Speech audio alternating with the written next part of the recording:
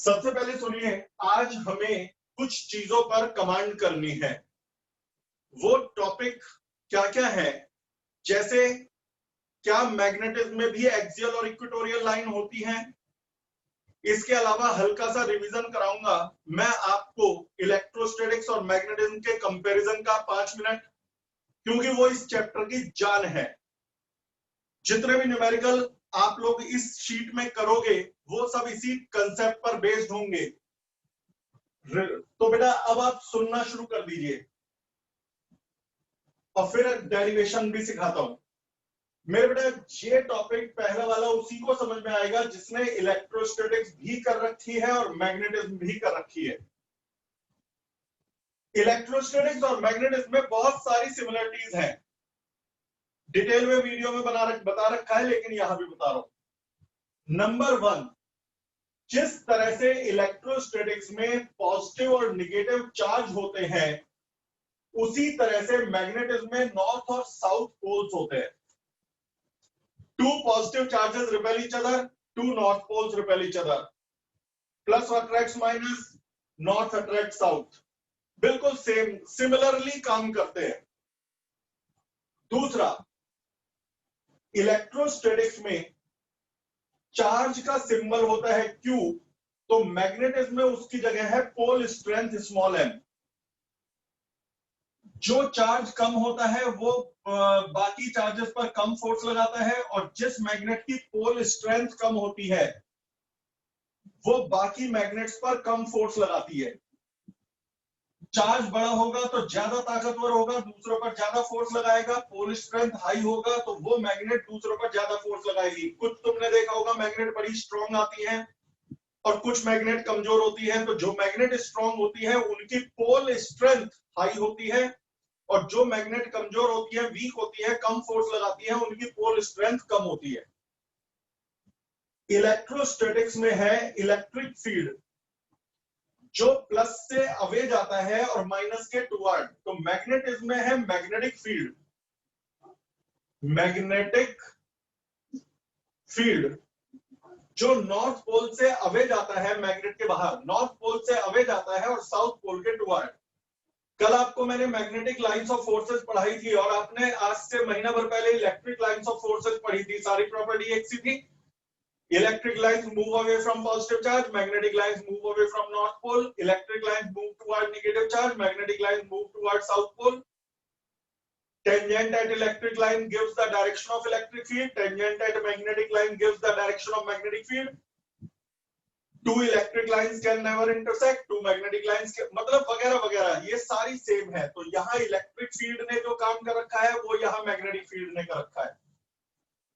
Electrostatics में होता है प्लस और माइनस चार्ज से बनता है इलेक्ट्रिक डाइपोल।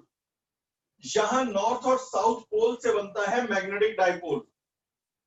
यहाँ पॉजिटिव और निगेटिव चार्ज के बीच की डिस्टेंस को 2L कहा जाता है। यहाँ नॉर्थ और साउथ के बीच की डिस्टेंस को 2L कहा जाता है।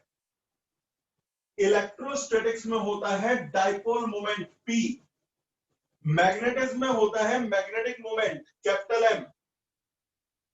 एक जैसी चीजें हैं, मैं ये नहीं कह रहा हूं कि सेम है, मैं कह रहा हूं सिमिलर है दोनों। मेरे कहने का मतलब ये नहीं कि Q ही M है, मेरे कहने का मतलब ये नहीं कि पॉजिटिव चार्ज ही नॉर्थ पोल है। मैं कह रहा हूं कि एक जैसी चीजें हैं, सिमिलर काम हो रहा है वहां दोनों तरफ। इलेक्ट्रोस्टैटिक्स में आप 90% फॉर्मूले देखोगे, वहां 1/4 पाई एप्सिलॉन नॉट लगा हुआ है। मैग्नेटिज्म में आप देखेंगे μ0/4 पाई ने उसकी जगह ले रखी है। इलेक्ट्रोस्टैटिक में हर दूसरे फॉर्मूले में 1/4 पाई एप्सिलॉन नॉट आएगा, चाहे फोर्स का हो, चाहे फील्ड का हो, चाहे किसी का हो। उसी तरह से मैग्नेटिज्म में μ0/4 पाई आएगा। समझ गए? तो ये सिमिलर है। जैसे आपके स्कूल के प्रिंसिपल और कंट्री के prime minister similar role play करते हैं। सिमिलर रोल, जैसे कंट्री का प्राइम मिनिस्टर पूरी कंट्री में कैसे चलना चाहिए वो डिसाइड करता है, आपके प्रिंसिपल स्कूल कैसे चलना चाहिए वो डिसाइड करते हैं। कंट्री के प्राइम मिनिस्टर कंट्री के लिए रूल बनाते हैं, आपके स्कूल के प्रिंसिपल आपके स्कूल के रूल बनाते हैं। सिमिलर है, लेकिन इसका मतलब ये तो नहीं कि आपके स्कूल के प्रिंसिपल ही कंट्री के प्राइम मिनिस्टर हैं। सिमिलर होना और सेम होना में अलग चीजें हैं। तो दोनों में एक जैसी चीजें हैं। इलेक्ट्रोस्टैटिक्स में Q है तो मैग्नेटिज्म में स्मॉल m है, स्मॉल m का मतलब पोल स्ट्रेंथ। इलेक्ट्रोस्टैटिक्स में E है, मैग्नेटिज्म में उसकी जगह P है। इलेक्ट्रोस्टैटिक्स में P है इलेक्ट्रिक डाइपोल मोमेंट, मैग्नेटिज्म में M है जिसे कहते हैं मैग्नेटिक डाइपोल मोमेंट या शॉर्ट में मैग्नेटिक मोमेंट। इलेक्ट्रोस्टैटिक्स में 1/4 पाई एप्सिलॉन नॉट है, मैग्नेटिज्म में म्यू नॉट अपॉन 4 पाई है।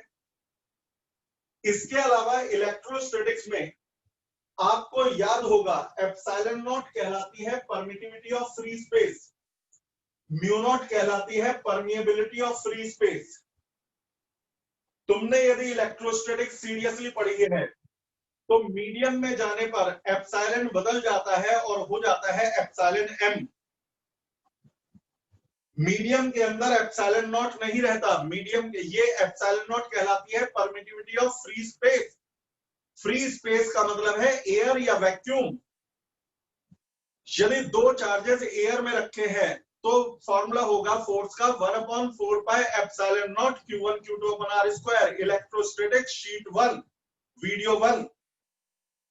और यदि वही दोनों चार्जेस किसी मीडियम में रखे हैं जैसे पानी में डूबे हैं या लकड़ी में दबे हुए हैं तो उनके बीच के फोर्स का फॉर्मूला होगा 1/4 pi epsilon m, epsilon m Q1 Q2 upon R square, जहां एप्सिलॉन m कहलाता है परमिटिविटी ऑफ मीडियम।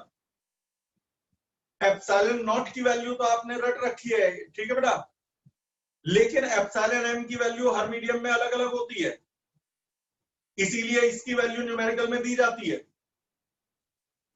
इसी तरह से mu naught permeability of free space है, यानी कि दो मैग्नेट यदि फ्री स्पेस में है वहां जो फोर्स लगाएंगी वो म्यू नॉट अपॉन 4 पाई पे डिपेंड करेगा। जैसे दो चार्जेस के बीच का इलेक्ट्रिक फोर्स होता है 1/4 pi epsilon not Q1 Q2 upon R square, उसी तरह से दो मैग्नेटिक पोल के बीच का फोर्स होता है 1/4 पाई एप्सिलॉन नॉट की जगह ले लेता है म्यू नॉट अपॉन 4 पाई। Q1 Q2 की जगह आ जाता है स्मॉल m1 स्मॉल m2, क्योंकि Q की जगह यहां स्मॉल m ने ले रखी है पोल स्ट्रेंथ, पोल की ताकत अपॉन R स्क्वायर।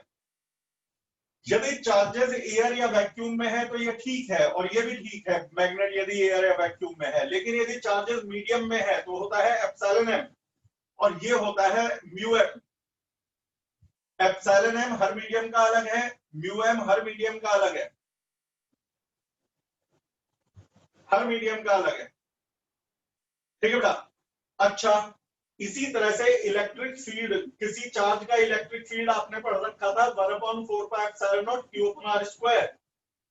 उसी तरह से यदि कोई कहे मैग्नेटिक फील्ड का बताओ, E की जगह B लिख दिया तो आपको रटने की जरूरत नहीं, 1/4 पाई एप्सिलॉन नॉट की जगह ले लेगा म्यू नॉट अपॉन 4 पाई और Q की जगह आ जाएगा small m upon R square. ये है मैग्नेटिक फील्ड का फॉर्मूला। जब भी कोई मैग्नेटिक पोल मैग्नेटिक फील्ड बनाता है तो म्यू नॉट अपॉन 4 पाई m अपॉन R स्क्वायर।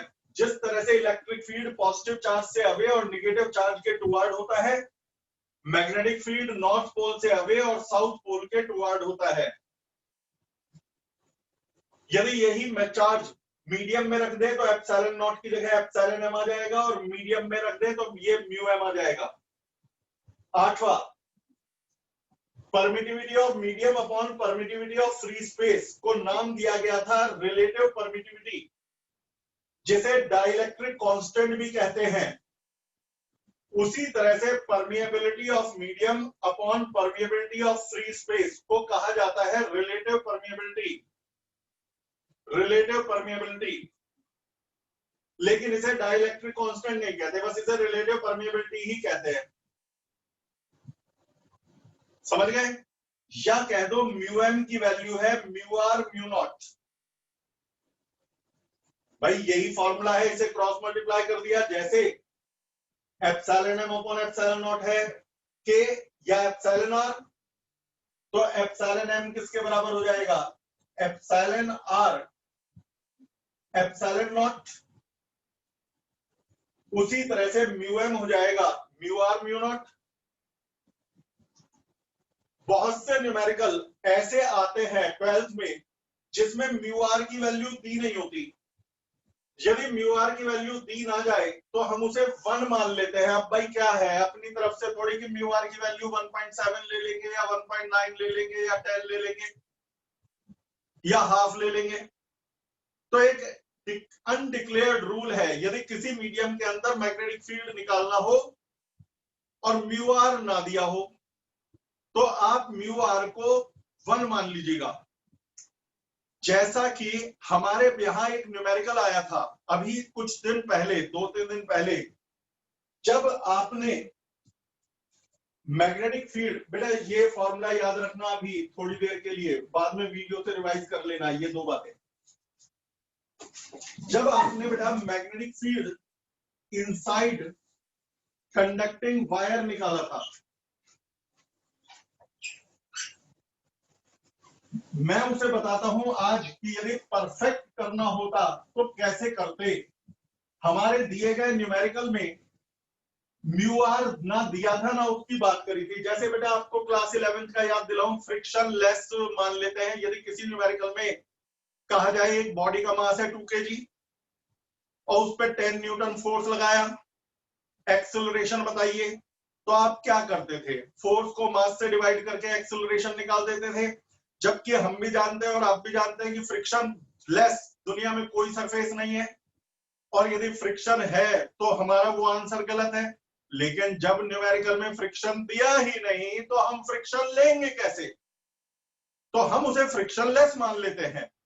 उसी तरह से यदि न्यूमेरिकल में म्यू आर दिया ही नहीं तो हम क्या लें, क्या करें, तो उसका रूल है कि आप उसे 1 मान लीजिए। और यदि म्यू आर को 1 मान लेते हैं तो म्यू एम ही म्यू नॉट है। एक डेरिवेशन आप जरा रिवाइज करो।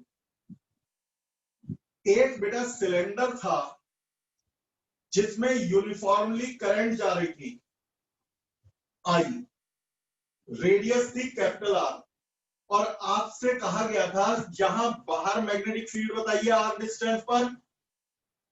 आपने बाहर एक लूप बना के एम्पियर सर्किट लॉ निकाला था, mu naught I upon 2 pi R आया था। फिर आपसे सरफेस पे मैग्नेटिक फील्ड निकलवाया था न्यूमेरिकल में, तो आपने यहां रिंग बनाया था। लेकिन एक डेरिवेशन आया था जब आपसे अंदर मैग्नेटिक फील्ड निकलवाया था यहां, उसका सही डेरिवेशन यदि आप कंपटीशन में फॉर्मूला वो वाला लगा दोगे तो गलत आएगा, क्योंकि कंपटीशन में म्यू आर दिए जाते हैं। यदि मुझे अंदर मैग्नेटिक फील्ड ठीक ठीक निकालना है तो क्या करना पड़ेगा, रिवीजन ही आपका, आप कर चुके हो। इंटीग्रल बी डीएल, आपने एम्पियर सर्किट लॉ लगाया था, integral B DL is equal to mu naught I. ये गलत है। क्यों गलत है मुझे ये बताइए। हम इस समय वायर के अंदर हैं, और यदि वायर के अंदर है तो हम जहां फील्ड निकाल रहे हैं वो कोई मीडियम है। वायर चाहे कॉपर का बना हो या एल्यूमिनियम का, किसी मीडियम का बना होगा, और जब मीडियम के अंदर मैग्नेटिक फील्ड निकाल रहे हैं तो यहां होना चाहिए था म्यू एम। क्या होना चाहिए था, म्यू एम। फिर बी बाहर जाता और इंटीग्रल डीएल रह जाता, ये होता म्यू एम आई। लेकिन आई क्या है, ये करंट स्मॉल आई पूरे वायर में से जा रही है, लेकिन हमें एम्पियर सर्किट लॉ में सिर्फ वही करंट चाहिए जो इस लूप के अंदर से जा रही है। बाहर की रेडियस है कैपिटल आर, लूप की रेडियस है स्मॉल आर। तो हमने उस दिन क्या किया था, पूरा एरिया है पाई आर स्क्वायर, उसमें से करंट जा रही है आई, यूनिट एरिया में से करंट जा रही है आई अपॉन पाई आर स्क्वायर। तो इतने से एरिया में से कितनी करंट जाएगी, यानी कि pi small r square area में से कितनी करंट जाएगी, तो pi small r square multiply कर दो, पाई से पाई काट दो, करंट जाएगी I R square upon R square. यानी आपको ये आई की जगह रखना पड़ेगा I small r square upon R square, I small r square upon R square. उस दिन के और आज के डेरिवेशन में क्या अंतर है, जब हम एक्यूरेटली करते हैं म्यू नॉट की जगह म्यू एम लिखा हुआ है। फिर इंटीग्रल डीएल हो गया था 2 पाई आर, कारण सब बता रखा है, और ये 2 पाई आर ले गया था मैं इसके नीचे, और एक आर से आर की पावर काट दी थी और ये आंसर आया था। बस हमारा आंसर क्या रहा था? Mu naught. लेकिन रियल आंसर क्या है? Mu M. और म्यू एम की वैल्यू होती है mu R mu naught. Mu R mu naught. अब क्योंकि उस न्यूमेरिकल में, जिस न्यूमेरिकल की बात कर रहा हूं, बोर्ड में भी कई बार हो चुका है कि म्यू आर नहीं देते, उस न्यूमेरिकल में म्यू आर नहीं गिवन था, तो आपने इसको 1 मान लिया था और ये हमारा फॉर्मूला तैयार हो गया था। हमने ये माना था कि अंदर भी एयर ही है, मीडियम नहीं है।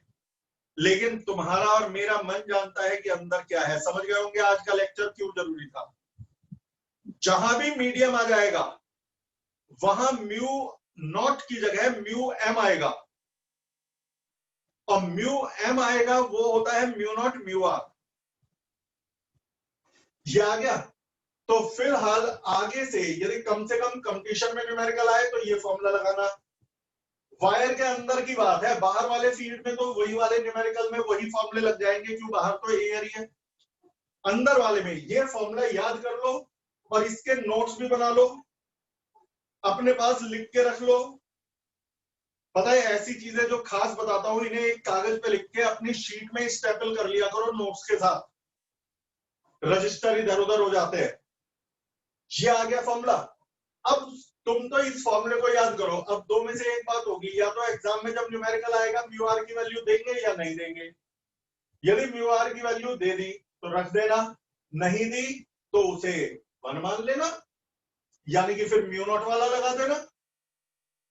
दूसरी चीज, सोलेनॉइड के अंदर मैग्नेटिक फील्ड का फॉर्मूला था, याद करिए, mu naught I small N था, बिल्कुल था। जब कभी सोलेनॉइड के अंदर मैग्नेटिक फील्ड बढ़ाना होता है तो हम इसमें कोई भी फेरोमैग्नेटिक मटेरियल की रॉड डाल देते हैं, मीडियम डाल देते हैं। जैसे याद करो मूविंग कॉइल गैल्वेनोमीटर में कॉइल के अंदर सॉफ्ट आयरन रॉड डाल दी थी, डाल देते हैं। उससे क्या होता है, ये म्यू नॉट की जगह म्यू एम हो गया, क्योंकि अंदर मीडियम आ गया और जहां मीडियम आया म्यू नॉट की जगह म्यू एम हो गया। और यदि म्यू एम हो गया तो उसे लिखेंगे mu R mu naught I N, mu R mu naught I N. अब क्योंकि आपने फेरोमैग्नेटिक डाला है और यदि आपने डाया पैरा फेरो ढंग से पढ़ा है तो फेरोमैग्नेटिक का म्यू आर मोर देन 1 होता है। Relative permeability of ferromagnetic substance is more than 1। और यदि रिलेटिव परमिएबिलिटी मोर देन 1 है तो मैग्नेटिक फील्ड बढ़ जाता है। भाई किसी भी 1 से बड़े नंबर से मल्टीप्लाई करोगे 1 से बड़े नंबर से मल्टीप्लाई करोगे तो मैग्नेटिक फील्ड बढ़ा दोगे। तो यदि किसी सोलेनॉइड का मैग्नेटिक फील्ड बढ़ाना हो तो उसके अंदर सॉफ्ट आयरन की कोर डाल दो, कोई भी फेरोमैग्नेट डाल दो, लेकिन सॉफ्ट आयरन बेस्ट है। जब आप सॉफ्ट आयरन की कोर अंदर डाल दोगे तो फिर क्या होगा, उसमें फॉर्मूला बदल जाएगा, म्यू नॉट की जगह म्यू एम हो जाएगा, यानी कि म्यू आर म्यू नॉट हो जाएगा। म्यू आर की वैल्यू 1 से बड़ी है इसलिए मैग्नेटिक फील्ड इसका बढ़ जाएगा, इसके अंदर स्ट्रॉन्ग मैग्नेटिक फील्ड होगा साधारण। तो आयरन डालने से कॉइल के अंदर मैग्नेटिक फील्ड बढ़ जाता है, क्योंकि म्यू आर की जगह म्यू नॉट ले लेता है। अच्छा, दरअसल अब इतना तो मैं मान के चलूंगा कि मेरे बार बार कहने के बाद आपने सारी वीडियो ढंग से पढ़ रखी है, डाया पैरा फेरोमैग्नेटिक आप जानते हैं। अभी आपने पढ़ा कि रिलेटिव परमिएबिलिटी क्या है। क्या पढ़ा रिलेटिव परमिएबिलिटी? आपने पढ़ा रिलेटिव परमिएबिलिटी होती है permeability of medium upon permeability of free space, ये होती है। एक और तरीके से बताओ, तुमने डाया पैरा फेरो में पढ़ा होगा कि जो मैग्नेटिक लाइंस फेरोमैग्नेट से जाती है तो वो मैग्नेटिक लाइंस को स्ट्रांगली अट्रैक्ट कर लेता है, जिसके कारण अंदर मैग्नेटिक फील्ड मटेरियल के अंदर बाहर से बहुत स्ट्रांग हो जाता है। फेरो में दूर दूर से मैग्नेटिक लाइंस आती हैं और इसके अंदर से चली जाती है। किसकी बात कर रहा हूं? फेरो। पैरा में क्या होता है, पैरा भी मैग्नेटिक लाइंस को अट्रैक्ट करता है, लेकिन उतना स्ट्रांगली अट्रैक्ट नहीं करता, थोड़ा बहुत अट्रैक्ट करता है, ज्यादा नहीं। और डायामैग्नेट, डायामैग्नेट जो होता है वो तो मैग्नेटिक लाइंस को रिपेल करता है। जब मैग्नेटिक लाइंस आएंगी तो अंदर से सारी नहीं जा पाती, वो बाहर से भगा देता है।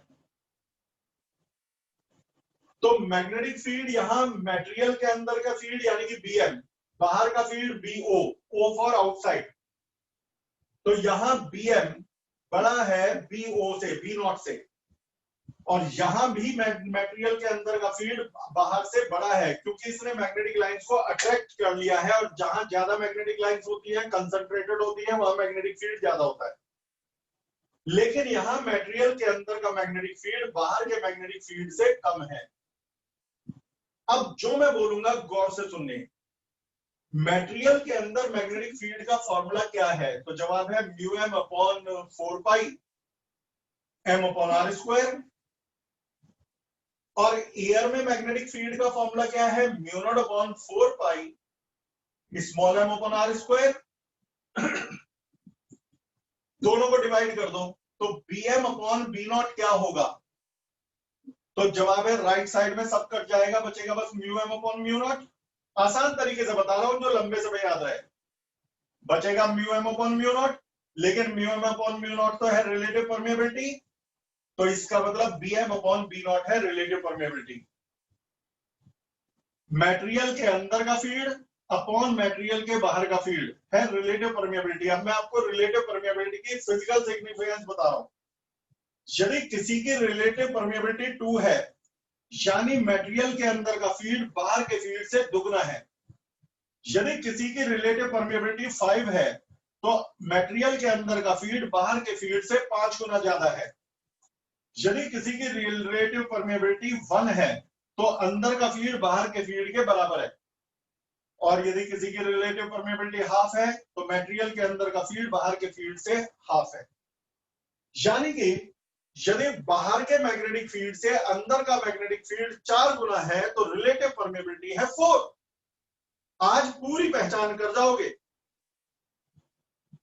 और यदि अंदर का मैग्नेटिक फील्ड बाहर के फील्ड से 10% ज्यादा है, या 1.1 टाइम्स है, ज्यादा है, तो रिलेटिव परमेबिलिटी है 1.1। और यदि अंदर का मैग्नेटिक फील्ड बाहर के मैग्नेटिक फील्ड का 1/4 है, तो रिलेटिव परमेबिलिटी है 1/4। मतलब रिलेटिव परमेबिलिटी से यह पता चलता है कि मटेरियल के अंदर कितना स्ट्रॉन्ग मैग्नेटिक फील्ड पैदा होगा। जिस न्यूमेरिकल में रिलेटिव परमेबिलिटी ना दी जाए, मैं कितनी बार बता चुका, उसे 1 मान लेते हैं। और यदि रिलेटिव परमेबिलिटी को 1 मान लेते हैं, तो यानी अंदर का फील्ड बाहर के फील्ड के बराबर मान लेते हैं। समझ में आ गया?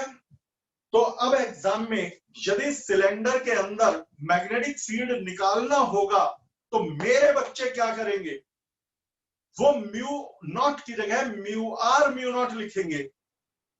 एग्जाम में यदि म्यू आर नहीं दे रखा, तो उसे 1 मान लेंगे और सॉल्व कर देंगे।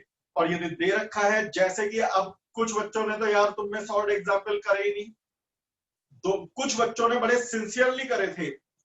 पहले ही दिन एक डाउट आया था सॉल्व एग्जाम्पल में, क्वेश्चन नंबर 2, कि सर ये म्यू आर म्यू नॉट कैसे आया, तो मैंने उसे यही कहा था कि इसे लाइव क्लास में बताऊंगा, और उसी के कारण एक लेक्चर और बढ़ा दिया। बेटा आप लोग भी यदि डाउट देते हो ना व्हाट्सएप पर, तो जो छोटे डाउट है वो तो वहां बता देता हूं, जो बड़े डाउट है वो डाउट सेशन में बताऊंगा। इसीलिए हर शीट के बाद एक डाउट सेशन जरूर होता है, और होता रहेगा पूरे साल। तो मेरे ख्याल में अब रिलेटिव परमेबिलिटी को तो करा जाए खत्म। अच्छा,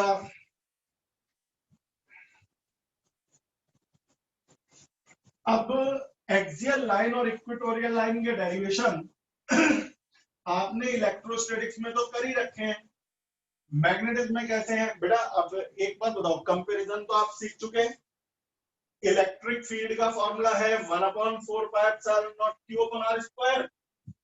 मैग्नेटिक फील्ड का फॉर्मूला उसी से कंपेयर करके आ जाता है। मैग्नेटिक फील्ड का फॉर्मूला 1/4 पाई एप्सिलॉन नॉट की जगह mu naught upon 4 pi small m upon r square, क्योंकि q की जगह ले लेता है स्मॉल m, P की जगह ले लेता है capital M। Electric dipole moment याद करो P is equal to Q into 2L था, बीच जो न्यूमेरिकल हुए, तो magnetic dipole moment small m into 2L है, pole strength into 2L, pole strength into 2L। आ रहा है समझ में ना? Pole strength into 2L capital M। Electric field positive से अवे था, मैग्नेटिक फील्ड नॉर्थ से अवे है, इलेक्ट्रिक निगेटिव चार्ज के टुवर्ड था, मैग्नेटिक साउथ पोल के टुवर्ड है। ये सब बातें आप जान चुके हैं। पता है इलेक्ट्रोस्टैटिक्स में जब किसी चार्ज को इलेक्ट्रिक फील्ड में रखते थे तो फोर्स लगता था QE, पॉजिटिव चार्ज पर फील्ड की डायरेक्शन में और निगेटिव चार्ज पर फील्ड के अगेंस्ट। पॉजिटिव चार्ज पर फील्ड की डायरेक्शन में QE लगता था और निगेटिव चार्ज पर फील्ड के अगेंस्ट। अब कोई कहे कि यदि मैग्नेटिक पोल को रख दे तो Q की जगह ले लेगा स्मॉल m और E की जगह ले लेगा B, तो फोर्स का फॉर्मूला है MB। स्मॉल m है ये पोल स्ट्रेंथ, B है मैग्नेटिक फील्ड। ये स्मॉल MB फोर्स लगेगा यदि किसी मैग्नेटिक पोल को मैग्नेटिक फील्ड में रखोगे। पहले positive charge was pulled in the direction of field, अब north pole is pulled in the direction of field, south pole is pulled against the field। जिसको electrostatics के डेरिवेशन आते हैं उसे मैग्नेटिज्म के डेरिवेशन आते हैं। इलेक्ट्रोस्टैटिक्स में एक्सियल और इक्वेटोरियल लाइन मैंने आपको 10 बार समझाया है, बहुत अच्छी तरह से, टेस्ट में भी आ चुका है।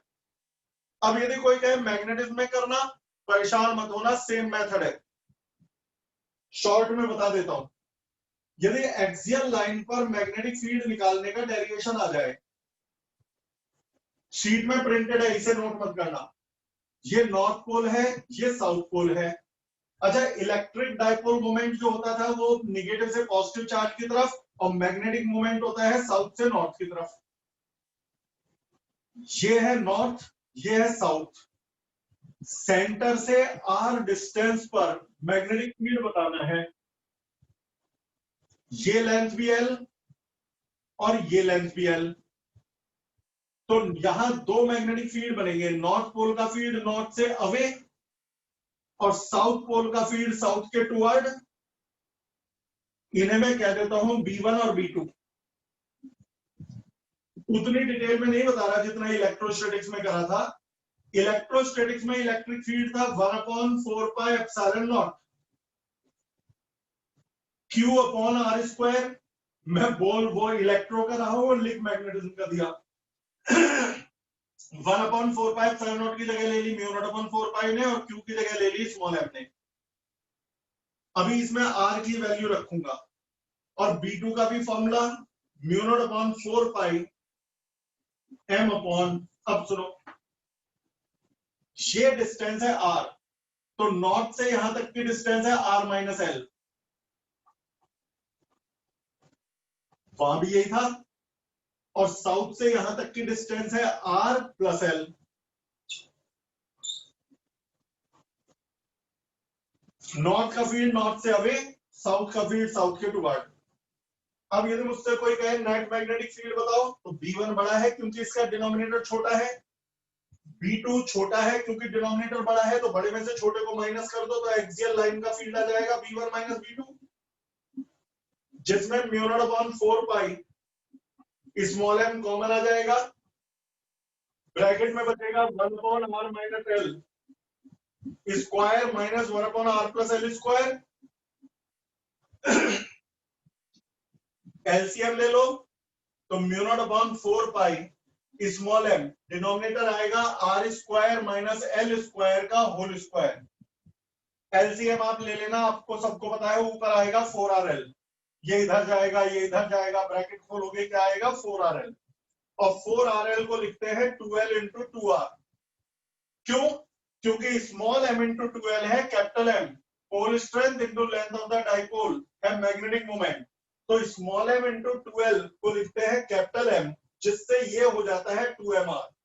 ये डेरिवेशन एक बार फिर से देखना, वीडियो को दोबारा देखना, देख न्यूमेरिकल की कोई भी वीडियो मैं यूट्यूब पे लाइव नहीं करूंगा, थ्योरी की कुछ % कर भी देता हूं, न्यूमेरिकल की बिल्कुल नहीं करता। आज वाली वीडियो थ्योरी है प्योर, ये यूट्यूब पे डाल देता हूं, आप लोग वहीं से देख लेना, रिवाइज हो जाएगा, ठीक है बेटा। और न्यूमेरिकल की देखनी हो तो वो कोई भी नहीं मिलेगी आपको यूट्यूब के ऊपर, आपको सारी मेरे व्हाट्सएप से मंगवानी पड़ेंगी, मैं आपको भेज दूंगा। क्लास मिस मत करना, क्योंकि जो लाइव में पढ़ने का मजा है वो रिकॉर्डिंग में उतना नहीं है। ये आ गया। अच्छा, इसकी डायरेक्शन तुम्हें याद है, B1 बड़ा था B2 से, यदि B1 बड़ा है B2 से तो रिजल्टेंट मैग्नेटिक फील्ड बड़े की डायरेक्शन में होगा। ये है एक्सियल लाइन का फील्ड जो कि मैग्नेटिक मोमेंट के पैरेलल है, तो आप यहां लिखोगे कि resultant magnetic field is parallel to magnetic moment, resultant magnetic field is parallel to magnetic moment. ये भी आ गया। अब इक्वेटोरियल का भी रिवीजन करवाई दो, हाथ के हाथ। अच्छा, इसमें एक केस और था, यदि R is very very greater than L तो L स्क्वायर इग्नोर हो जाएगा, नीचे बचेगा R स्क्वायर का स्क्वायर यानी R की पावर 4 और एक पावर कट जाएगी और ये रह जाएगा R3। यही आंसर है शॉर्ट डायपोल का। यदि लेंथ डायपोल की बहुत कम हो, इग्नोर हो जाए, तो ये है मैग्नेटिक फील्ड का फॉर्मूला। इक्वेटोरियल लाइन,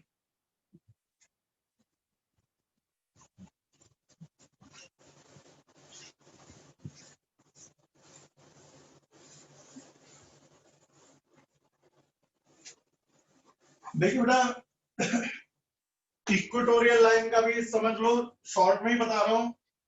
ये है नॉर्थ पोल, ये है साउथ पोल, सेंटर से यहां तक L, सेंटर से यहां तक L, ये R डिस्टेंस पर इक्वेटोरियल लाइन है। नॉर्थ का फील्ड नॉर्थ से अवे और साउथ का फील्ड साउथ के टुवर्ड B2। B1 कितना है और B2 कितना है, तो जवाब है μ0/4 पाई m अपॉन डिस्टेंस का स्क्वायर, और इसका फॉर्मूला भी μ0/4 पाई m अपॉन डिस्टेंस का स्क्वायर। अब कौन सी डिस्टेंस? पोल से पॉइंट की डिस्टेंस का स्क्वायर, लेकिन पोल से पॉइंट की डिस्टेंस है under root R square plus L square, ये है R, ये है L, तो ये under root R square plus L square का होल स्क्वायर, तो बस R square plus L square हो गया, और यहां भी वही आएगा क्योंकि ये भी distance under root R square plus L square है। यदि आपको ये टॉपिक समझ में आ गया तो ना इलेक्ट्रोस्टैटिक्स वाला एक्सियल और इक्वेटोरियल जो बहुत डिटेल में करवा रखा है उसे रिवाइज कर लेना जाकर के, वो भी पक्का हो जाएगा। अब मुझे बताओ, ये दोनों एंगल बराबर, भाई ये ट्रायंगल और ये ट्रायंगल देखो तो ये 90 90 L L ये कॉमन, तो ट्रायंगल्स आर कॉन्ग्रुएंट, तो ये दोनों थीटा सेम, B1 B2 बराबर है। जब ये कॉन्ग्रुएंट है तो दोनों थीटा सेम, तो इस थीटा का कॉरस्पॉन्डिंग थीटा और इस थीटा का ऑल्टरनेट थीटा। B1 B2 बराबर है, थीटा थीटा बराबर है, तो इसके कंपोनेंट हो जाएंगे B1 cos थीटा और B1 sin थीटा। B2 के कंपोनेंट हो जाएंगे B2 cos थीटा और B2 sin थीटा। ये दोनों इक्वल एंड अपोजिट है, कैंसिल, और ये दोनों ऐड होके बनाएंगे रिजल्टेंट मैग्नेटिक फील्ड। तो रिजल्टेंट मैग्नेटिक फील्ड कितना होगा? B1 cos theta plus B2 cos theta. Speed थोड़ी फास्ट लग रही होगी, लगने दो, रिवीजन ही तो है, सबने कर रखा है एक्सियल इक्वेटोरियल। B1 की value μ0/4 pi m upon R square plus L square. cos theta की वैल्यू, भाई ये थीटा सेम है, cos theta base upon heightness यानी L upon under root R square plus L square, तो L upon under root R square plus L square यानी power half.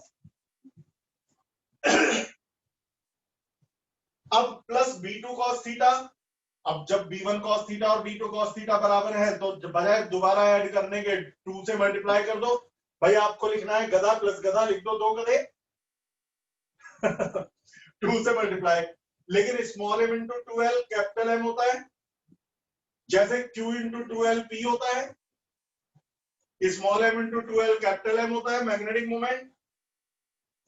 तो ये बन जाएगा mu naught upon 4 pi capital M upon r square plus l square की power 3/2। ये है resultant magnetic field. अब इसकी डायरेक्शन, मेरे बेटा b1 cos theta sin theta और b2 sin थीटा तो कट गए थे, इन दोनों के ऐड होने से रिजल्टेंट फील्ड बना है, और जब दोनों एक ही डायरेक्शन में है तो रिजल्टेंट फील्ड इसी डायरेक्शन में है। ये है resultant field.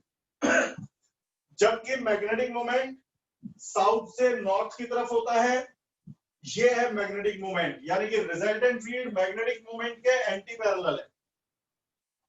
Resultant field is anti parallel to magnetic moment. अच्छा, यदि यहाँ डाइपोल शॉर्ट हो, यानी कि r की वैल्यू l से बहुत ज्यादा हो, तो l स्क्वायर इग्नोर्ड और रह जाएगा म्यू नॉट अपॉन 4 पाई m अपॉन r क्यूब, क्योंकि r स्क्वायर की पावर 3/2 हो जाती है r क्यूब। तो ये है शॉर्ट डाइपोल का फॉर्मूला। एक डेरिवेशन और करके दिखा दूं टॉर्क वाला, फिर इसके बाद ना आप ये समझ लो कि एक्सियल इलेक्ट्रोस्टैटिक्स के जितने भी डेरिवेशन है आप उन सबको मैग्नेटिज्म में कर सकते हो। बस आपको क्या करना है, Q की जगह स्मॉल m लिख दो, P की जगह कैपिटल M, E की जगह B, 1/4 पाई एप्सिलॉन नॉट की जगह म्यू नॉट अपॉन 4 पाई। आपके इलेक्ट्रोस्टैटिक्स का हर डेरिवेशन मैग्नेटिज्म वाला बन जाएगा। एक मैं इलेक्ट्रोस्टैटिक्स के डेरिवेशन से शुरू करके मैग्नेटिज्म पर पहुंचाना सिखाता हूं। बेटा इलेक्ट्रोस्टैटिक्स में आपने पढ़ा था, यदि डाइपोल को इलेक्ट्रिक फील्ड में रखा जाए तो पॉजिटिव चार्ज पर फोर्स लगता है QE, निगेटिव चार्ज पर फोर्स लगता है QE, लेकिन पॉजिटिव पर फील्ड की डायरेक्शन में, निगेटिव पर फील्ड के अगेंस्ट। परपेंडिकुलर डिस्टेंस, बेटा इस फोर्स को पीछे बढ़ाओ, इसको आगे बढ़ाओ, ये डिस्टेंस परपेंडिकुलर डिस्टेंस है। टॉर्क क्या होता है, टॉर्क होता है force into perpendicular distance, class 11। ये एंगल थीटा, तो परपेंडिकुलर डिस्टेंस कितनी है, ओरली कर ले। फोर्स तो है QE, d कितना है, परपेंडिकुलर डिस्टेंस कितनी है, तो d upon 2l sine theta. तो मेरे बेटा यदि d upon 2l is equal to sine theta, तो d हो जाएगा 2l साइन थीटा। लेकिन Q इंटू 2l तो P होता है, तो ये बन गया P साइन थीटा। याद है ये डेरिवेशन था। मान लो इलेक्ट्रोस्टैटिक्स में ये डेरिवेशन आता है और आपसे एग्जाम में मैग्नेटिज्म का आ जाए टॉर्क और आपको पता नहीं, तो जहां भी E है, जहां भी E है उन सब की जगह B लिख दो। शॉर्टकट बता रहा हूं, जहां भी E है उन सब की जगह B लिख दो, सबकी जगह। जहां Q है उनकी जगह पोल स्ट्रेंथ स्मॉल m लिख दो, जहां भी Q है। इससे आसान तरीका नहीं बताऊंगा। Q की जगह स्मॉल m लिख दो और P की जगह कैपिटल M लिख दो। ये तो 1/4 पाई एप्सिलॉन नॉट था नहीं तो उसकी जगह म्यू नॉट अपॉन 4 पाई। अब ये आपका डेरिवेशन मैग्नेटिज्म का हुआ है, और प्लस चार्ज की जगह नॉर्थ पोल और माइनस चार्ज की जगह साउथ पोल। ये मैग्नेटिज्म का बन गया। इलेक्ट्रो का कोई भी डेरिवेशन उठा लो, E की जगह B, Q की जगह small m, 1/4 pi epsilon not की जगह म्यू नॉट अपॉन 4 पाई, P की जगह कैपिटल M। जैसे ही ये लिखा, आपका डेरिवेशन मैग्नेटिज्म का बन गया। चेक करवाऊं गलत तो नहीं है। यदि मैग्नेटिक फील्ड में B में आप नॉर्थ और साउथ पोल रखोगे, डाइपोल रखोगे, तो north is pulled in the direction of field with the force mb, QE की जगह mb, और south is pulled against the field with the force mb। Torque का फॉर्मूला क्या होता है, force into perpendicular distance. Force है mb, perpendicular distance, बेटा इस फोर्स को पीछे बढ़ाओ, इसको आगे बढ़ाओ, परपेंडिकुलर डिस्टेंस ये है d। ट्रिग्नोमेट्री से d वही आएगा 2l साइन थीटा, और स्मॉल m इंटू 2l होता है कैपिटल M, जैसे Q इंटू 2lp। तो capital M B sine theta. क्या अंतर है भाई उस डेरिवेशन और इस डेरिवेशन में, देख ले, मैंने मैग्नेटिज्म के आधे से ज्यादा डेरिवेशन ऐसे बता दिए। जिसने इलेक्ट्रोस्टैटिक्स तैयार कर रखा है वो मैग्नेटिज्म के इस तरह के सारे डेरिवेशन फोड़ देगा, और वो भी दोबारा तैयार किए बगैर, दोबारा तैयार किए बगैर। किसकी जगह क्या रखना है बेटा? माइक खोलो, नहीं तो अभी लेक्चर बंद हो जाएगा। सारे माइक खोलो, मैं पूछूंगा किसकी जगह क्या रखना है। इंटरेक्टिव क्लास चाहिए, मैं बोलूंगा एक क्वांटिटी, आप बताओगे उसकी जगह दूसरे। पॉजिटिव चार्ज की जगह M, north pole. North pole. नहीं, मैं खुश होता। हाँ। 2 से भी नहीं, सारे बोलो। पी की जगह, वो क्यू की जगह, small M. Small M. P की जगह कैपिटल एम। लड़कों की आवाज नहीं आ रही। 1/4 पाई एप्सिलॉन नॉट की जगह mu naught mu naught upon 4 पाई। म्यू नॉट अपॉन 4 पाई। मतलब कर लोगे ना, आज की वीडियो से बहुत फायदा मिलने वाला है आपको। इलेक्ट्रोस्टैटिक्स के ना 2-4 डेरिवेशन वैसे ही पलट के आप मैग्नेटिज्म में कर लेना। जैसे बंद कर लो भाई। इलेक्ट्रोस्टैटिक्स में थोड़ा सा होमवर्क दे रहा हूं, ट्राई करने के लिए, मजा आएगा। टॉर्क के बाद इलेक्ट्रोस्टैटिक्स में work done in rotating the dipole का फॉर्मूला था, potential energy of the dipole का डेरिवेशन था। आपको प्रैक्टिस करनी है, वो डेरिवेशन मैग्नेटिज्म में कन्वर्ट कर दो और इस शीट में स्टेपल कर लो। इससे हमेशा फायदा मिलेगा। तो ये आपका हो गया। अब सिलेबस में जो जो पॉइंट है वो सारे हो गए। एक टॉपिक और है सिलेबस में, कन्वर्जन ऑफ, मैं लिस्ट बना रखी है, क्या रह गया था, conversion of galvanometer into voltmeter and ammeter. वो मैंने करंट इलेक्ट्रिसिटी में करवा दिया था, लेकिन मैं फिर से एक बार आज उसे आपके पास भेज रहा हूं, जिससे मैग्नेटिज्म के चैप्टर के साथ वो रिवाइज हो जाए, क्योंकि मंडे के टेस्ट में ये भी आएगा। और कल 15 अगस्त है, कल ऑफ रहेगा, लेकिन कल और परसों मैग्नेटिज्म की सारी वीडियो देख करके, जिन्होंने लेट ज्वाइन किया है अभी उनके पास सारी वीडियो नहीं है, वो मेरे से प्लेलिस्ट मंगा लो और सारी वीडियो देख करके मंडे को टेस्ट दीजिए, लाइव टेस्ट। ठीक है? और व्हाट्सएप पर क्वेश्चन पेपर आ जाएगा टेस्ट से 5 मिनट पहले, 6:15 बजे से 5 मिनट पहले। आज के लिए इतना ही। ट्यूसडे से न्यूमेरिकल शुरू होंगे और वेडनेसडे को खत्म हो जाएंगे। थर्सडे से नया चैप्टर शुरू होगा लाइव क्लास में। Bye bye.